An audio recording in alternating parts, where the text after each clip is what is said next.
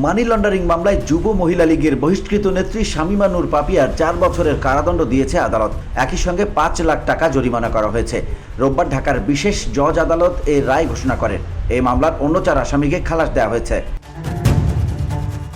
এর আগে 2020 সালের 22 ফেব্রুয়ারি ঢাকার হযরত শাহজালাল আন্তর্জাতিক বিমানবন্দর থেকে জাল টাকা বহন এবং অবৈধ টাকা পাচারের অভিযোগে পাপিয়া সহ 4 জনকে গ্রেপ্তার করে র্যাব। এরপর তাদের কাছ থেকে 7টি পাসপোর্ট, 2,12,270 টাকা, 25,600 জাল টাকা, 310 ভারতীয় রুপি, 420 শ্রীলঙ্কার মুদ্রা, 11,091 মার্কিন ডলার এবং 7টি মোবাইল ফোন জব্দ করা হয়। এরপর 23 ফেব্রুয়ারি পাপিয়ার ইন্দিরা রোডের বাসায় অভিযান চালিয়ে একটি বিদেশি পিস্তল, 2টি ম্যাগাজিন, 20 রাউন্ড গুলি, 5 বোতল বিদেশি মদ, 58,41,000 টাকা, 5টি পাসপোর্ট, 3টি চেক, বেশ কিছু বিদেশি মুদ্রা ও বিভিন্ন ব্যাংকের 10টি এটিএম কার্ড জব্দ করা হয়।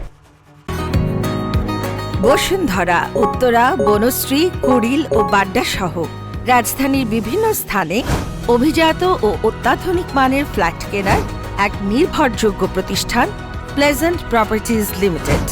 তাই আপনার স্বপ্নের আবাসনের জন্য আজই যোগাযোগ করুন। Pleasant properties limited, where destiny matches eventually.